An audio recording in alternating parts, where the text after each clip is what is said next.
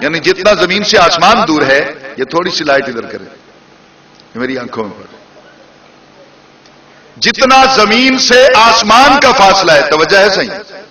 بول تو دیں، جتنا زمین سے آسمان کا فاصلہ ہے 500 برس کی مسافت، اتنا ہی جنت اور دوزخ کے درمیان فاصلہ ہے۔ تو چلو جنت والے تو نیک ہیں، متقی ہیں، پرہیزگار ہیں، ان کا تو حق بنتا ہے کہ دور والوں کی سن بھی لیں اور دیکھ بھی لیں، اور یہاں ان کے لیے تو کہا گیا علی الکافرین۔ ثابت ہوا کہ یہ جنت کے گناہگار نہیں پکار رہے، یہ جنت کے کافر پکار رہے ہیں، اور کافر ہی ان کا مکالمے کا جواب واپسی سن رہے ہیں۔ اتنی دور سے جنتی پکارے اور دوزخ میں کافر سن کے جواب دے، یہ جائز ہے؟ مدینے والا سلام نہیں سن سکتا؟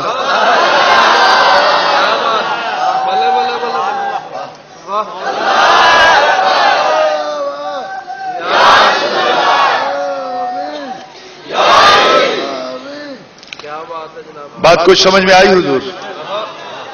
تو یہ فاصلے سمٹ جاتے ہیں جب اس کا دریائے کرم جوش پہ آتا ہے، پھر فاصلوں کی کوئی حیثیت نہیں رہ جاتی، وہ خلاق عالم پھر خود ہی کرم فرما دیتا ہے۔ تو وہی بات میں کر رہا تھا کہ اللہ تبارک و تعالی نے اپنی اتھارٹی کو دکھایا، وہ قادر مطلق ہے۔ یا تو چھوڑ اس بات کو کہ وہ قادر مطلق ہے، نہ مان اس کو۔ اگر قادر مطلق مانتا ہے تو تسلیم کرنا ہوگا کہ ابراہیم علیہ السلام آنے واحد میں ایک جگہ پہ کھڑے ہو کر آپ نے جنت کو دیکھا، دوزخ کو دیکھا، دوزخ کے افراد کو دیکھا، آسمان کو دیکھا، ایک کو نہیں سب کو۔ سماوات ہے آیت کے اندر، میں غلط ترجمہ کر رہا ہوں تو اس قرآن پاک سے بڑی کوئی ضمانت نہیں دے سکتا ہوں۔ اور صبح کا کون انتظار کرے؟ موبائل ہے تو بلوا لیجئے کسی کو، میں ضمانت دیتا ہوں کہ نبی کے دیوانے اسے کچھ نہیں کہیں گے۔ غلط ثابت کر دے کوئی، میرا قتل معاف ہوگا، میرے ورثاء FIR درج نہیں کرائیں گے۔ اور اگر میں سچ کہتا ہوں تو آج کے بعد وطن عزیز کے اندر یہ انتشار افطراک کی لعنت کو ختم کر دے، اور آپ مل کر دونوں وہ عقیدہ بناتے ہیں جو رب نے قرآن میں بیان کر دیا ہے۔ علماء اہل سنت، علماء اہل سنت، علماء حقہ۔ اب حضور غور سے سنیے گا، میں بات کر رہا تھا نظر، ناظر اور منظور کی۔ جو رات میرا لیکچر تھا اس میں صرف ایک بات آپ سے شیئر کروں گا، اور باقی تو لیکچر مجھے یاد نہ رہا۔ اب ایک بات سامنے آئی ہے تو عرض کر دیتا ہوں۔ ہم سرکار کو ناظر سمجھتے ہیں، تو سرکار کی نظر ہے تو وہ ناظر ہے نا۔ وہاں تو میں نے صرف آواز یعنی مکالمے کی بات کی ہے نا۔ تو دوزخیوں نے دیکھا کسی کو تو پکارا نا، جنتیوں نے دیکھا تو پکارا نا۔ اب دیکھنے پہ اگر کوئی آبجیکشن کرے تو یہی رکوع جو ہے اس کو پیچھے سے اس کی ابتدائی آیت کو پڑھ لیجئے گا۔ وَنَادَا أَصْحَابُ الْأَعْرَافِ رِجَالًا يَعْرِفُونَهُمْ بِسِيمَاهُمْ۔ یہ پڑھیے گا اسی پارے میں، اسی رکوع کے اندر کہ آراف والوں نے آواز دی رجالن، ان لوگوں کو، یعرفونہم، جنہیں وہ جانتے تھے، بسیماہم، ان کی نشانیوں سے۔ یہ دور سے پہچانے جاتے ہیں، خاص نشانیاں ہوتی ہیں نا، ہر طبقہ فکر کی اپنی اپنی، تو دور سے دیکھ کر پہچانے جاتے ہیں۔ تو آراف جنت میں ہے، وہ دوزخ میں ہے، اتنے فاصلے سے وہ دیکھ رہے ہیں، تو وہ ناظر ہوئے نا۔ ان کو انہوں نے دیکھا تو یہ منظور ہوئے۔ تو اب اسی طرح حضور ہم سب کے لیے ناظر ہیں، یعنی حضور ہمیں دیکھ رہے ہیں تو ہم سب قانون کے مطابق منظور ہو گئے۔ سرکار ہمارے ناظر، ہم سرکار کے منظور۔ آپ کے بس کی بات میں دوڑے سنا نہیں سکتا ہوں نا۔ اب میں نے تو بات اسی طرح کرنی ہے، اس سال بھگت لیجئے، اگلے سال انوار شاہ صاحب سے کہیے گا نہ بلائیں۔ اب غور کیجئے گا حضور والا، سرکار ہوئے ناظر ہمارے، ہم ہوئے منظور سرکار کے۔ تو جس کو سرکار منظور کر لیں،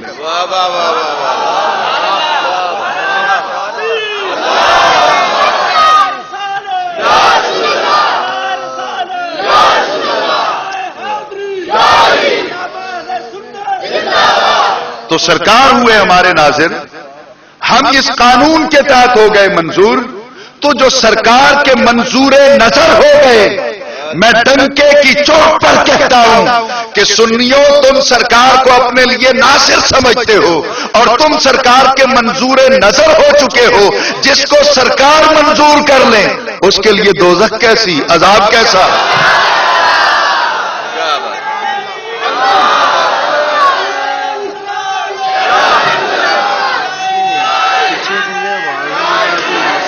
مگر میں تو بالکل قریب سے پھر میں بات نہیں کر سکوں گا. جی تو میں عرض کر رہا تھا غور کیجئے گا کہ ہم جو سرکار کے منظور نظر ہو گئے تو جس پہ سرکار مہربانی کی نظر فرما دیں, جس پہ سرکار مہربانی کی نظر فرما دیں. دیکھیے قرآن پاک کے اندر اس کے اپنا نظائر موجود ہیں. گدھا مر گیا حضرت عزیر علیہ السلام کا, گدھا مر گیا, اس کی ڈیتھ ہو گئی. جب وہ گدھا مر گیا تو مرے ہوئے کو 100 برس بیت گئے. اب توجہ کیجئے شاہ صاحب, اب بیٹھیے, یہ بعد میں باتیں نہیں کرنے کی ہوتی, بس ٹھیک ہے. اب یہ بچے ہیں الحمدللہ, ظاہر ہے کہ ہمارے سنی خاندانوں کے ہیں, تو چلو آج بیٹھے ہیں تو ان کو عادت پڑ جائے گی بیٹھنے کی نا. یہ سرکار کے دیوانے بنیں گے. ان کی ماؤں نے بھی سرکار کی محبت میں ان کو دودھ پلایا ہوگا. بچے ہیں, پھر وہ بچہ لا آف نیچر کے تحت تھوڑا ہوتا تو ایسا ہی ہے. تو چلو ہم ادھر نہیں دیکھیں گے, ہم ادھر دیکھ لیں گے.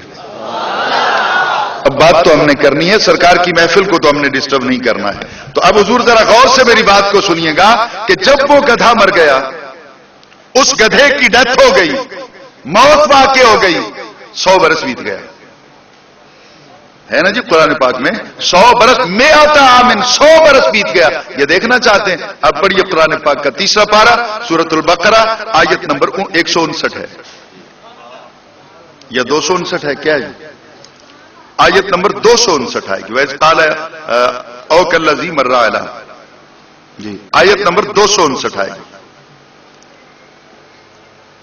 259 نمبر کی آیت ہے. حضرت عزیر علیہ السلام پہ بھی موت آ گئی, آپ کے گدھے پہ بھی موت آ گئی. میں نے واقعہ نہیں سنانا, صرف استشہاد کے لیے, استدلال کے لیے ایک جملہ عرض کرنا. گدھا تو مر گیا, اب زندگی کون دے گا؟ اللہ تعالیٰ نا. موت و حیات کا مالک کون ہے؟ میں نے پہلے قرآن کی آیت سے سنا ہے نا آپ کو. موت و حیات کا خالق بھی کون ہے؟ بول دیجئے اونچی آواز سے. جن کا اللہ سے کوئی ناراضگی نہیں چل رہی وہ ذرا اونچی آواز سے کہہ دیں, تاکہ ہمارے مخالفین کو بھی پتہ چلے کہ ہم بھی اللہ کا ذکر کرتے ہیں. تو موت و حیات کا خالق بھی اللہ, موت و حیات کا مالک بھی اللہ. تو اب اس گدھے کو اگر اللہ نے زندگی دینی ہے تو زندگی تو اس نے دینی, اتھارٹی اس کے پاس ہے, اختیار اس کے پاس ہے, وہ زندگی دے دے. لیکن زندگی دینے سے پہلے اللہ تعالیٰ اپنے محبوب سے, اپنے نبی عزیر علیہ السلام سے کہتا ہے انظر الی حمارک, انظر نظر کیجئے نا, آپ اس کے لیے ناظر بن جائیے, اسے منظور کر لیجئے. نہیں سمجھا سکا ہوں گا, آپ ناظر بن جائیے, اسے اپنے لیے منظور کر لیجئے. انظر الی حمارک, دیکھیے اپنے گدھے کی طرف. اس کی تو ہڈیاں بھی نہیں تھی, صرف چند چمکتی ہوئی ہڈیاں پڑی تھی. کیف ننشزھا ثم نکسوھا لحما, ہم ان کو کس طرح جوڑتے ہیں, پھر ان ہڈیوں کو گوشت کس طرح پہناتے ہیں, اسٹرکچر کس طرح مکمل ہوتا ہے, پھر وہ کس طرح بولتا ہوا زندہ ہو کے اٹھ کھڑا ہوتا ہے. یا اللہ زندہ تو نے کرنا ہے, اس کی نظر کی کیا ضرورت ہے؟ تو خلاق عالم نے کہا کہ میں یہی تو قرآن کے ذریعے پیغام دینا چاہتا ہوں. ایک بار زندگی میں دیتا ہوں مرضی سے, دوبارہ قیامت سے پہلے حیات چاہیے. نظر کسی کی تو ڈلوا لے, زندگی میں عطا کر دوں گا.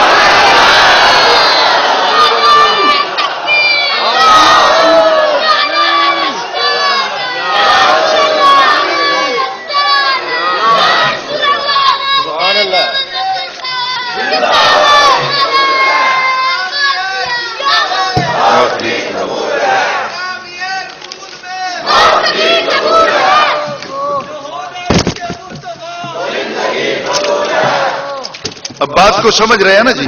تو اسی طرح اگر ایک گدھا نظر میں منظور ہو جاتا ہے تو اس کی ہڈیوں کو بھی اللہ تعالیٰ مجتمع کر کے پھر حیات عطا کر دیتا ہے. لیکن کبھی اس گدھے کی ہسٹری پڑھ کے دیکھیے حضور والا, یقین کیجئے کہ گدھے کی ہسٹری کو جب آپ پڑھیں گے تو جہاں اللہ کے محبوب نے اس کو باندھ دیا تھا, وہ پیاس سے تڑپتا تو رہا, وہ بھوک سے بلکتا تو رہا, لیکن اس نے وہ در نہیں چھوڑا. اس نے کہا مر جاؤں گا, رہوں گا وہیں پہ جہاں مرشد نے کھڑا کیا. یا میں ایک اور کڑی ملا دوں کہ سیدنا صدیق اکبر نے کیوں کہا تھا کہ میرا جنازہ سرکار کے دروازے پہ لے جا کے رکھ دینا.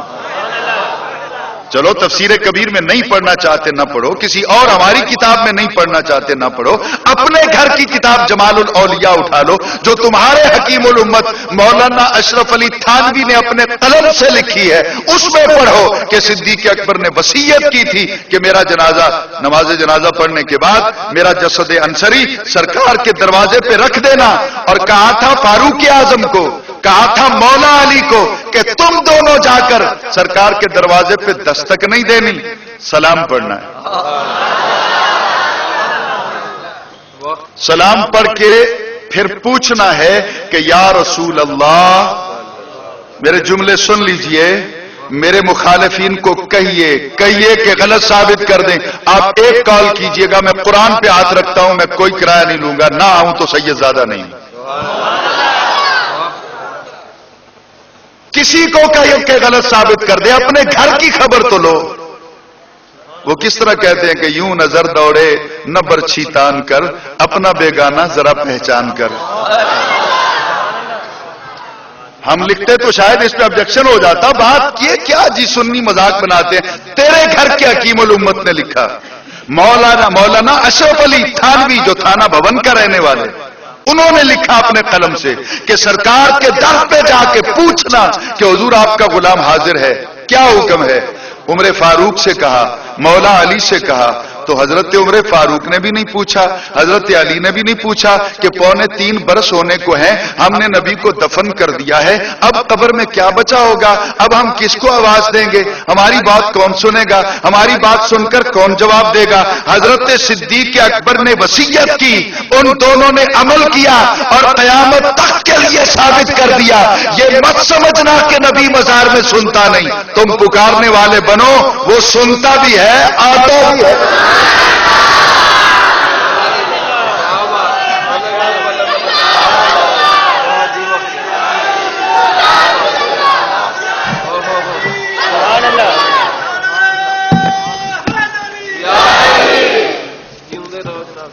اب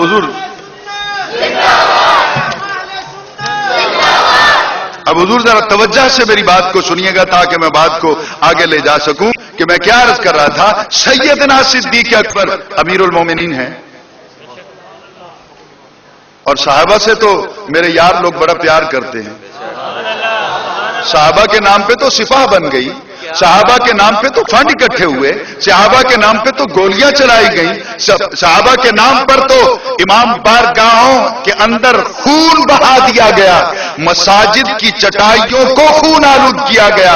صحابہ کے نام پر ان نام نہاد محبت کے دعوے داروں نے کتنی ماؤں کی گود اجاڑی ہے, کتنی بہنوں کا سہاگ لوٹا ہے, کتنی بیٹیوں کا فیوچر تاریخ کیا ہے. میرے وطن عزیز کی 3 دہائیاں 3 عشرے خون میں ڈوبے ہوئے ہیں. آج نہیں تو کل مورخ کا قلم جب چلے گا تو تیری آنکھوں میں آنکھیں ڈال کر تیرے گریبان کو پکڑ کر پوچھے گا کہ ان بے گناہوں کا قصور کیا تھا جو گھر سے تو سودا لینے گئے تھے, تو نے بم بلاسٹ کر دیا, خود کا حملہ کر دیا, یہ کہاں سے لے کے آیا ہے تو فتوا, یہ کس دین کی بات تو کرتا ہے. حضور اب ذرا غور سے میری بات کو سنیے گا. امیر المومنین صدیق اکبر کا جنازہ پڑھا گیا, جنت البقیع ادھر, روضہ رسول ادھر. بات سمجھیے گا نا.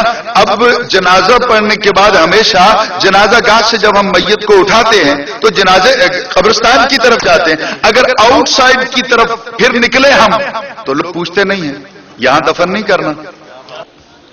حضرات یہ ایک اعلان سماعت فرما لیں, آج کی اس محفل پاک سمیت پاکستان اور بالخصوص فیصل آباد میں ہونے والی تمام بڑی بڑی محافل اور جید علماء اکرام کی ویڈیو سیریز آپ حاصل کر سکتے ہیں فیضان محدث اعظم کیسٹ ہاؤس, جو کہ ارشد مارکیٹ جنگ بازار میں واقع ہے. آج کی اس محفل پاک سمیت پورے پاکستان اور بالخصوص فیصل آباد میں ہونے والی تمام بڑی محافل اور ملک پاکستان کے جید علماء اکرام کی آپ ویڈیو سیریز حاصل کر سکتے ہیں ارشد مارکیٹ جنگ بازار فیضان محدث اعظم کیسٹ ہاؤس.